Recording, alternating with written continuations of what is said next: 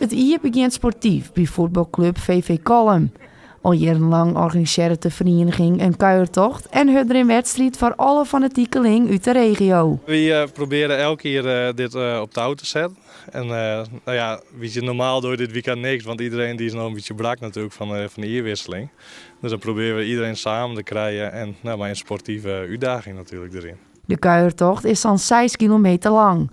Wat oors is dit hier, is dat de deelnemers onderwijs verschillende opdrachten en vragen voorbij komen. Ja, er waren er VV Collum oprichten, waren er Wilhelmina geboren. Nou, even zien, er werd wat vrij over zijgevels van de oude monumentale pan.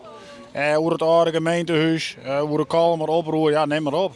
En weet iemand al een beetje? Ja, dat komt. Ja, wel redelijk. Ja, we moeten soms wel eens even heel diep graven, maar we komen erachter. Het jaar is daarmee goed uiteenzet voor de vereniging. Ook de verwachtingen voor het komende jaar binnen positief. Ik hoop natuurlijk dat het eerste staat dan bovenaan, dus ik hoop dat ze dat ook zo kunnen afsluiten. En dat we een klas omheen kunnen. En ja, voor de rest gewoon een sportief seizoen voor alle teams.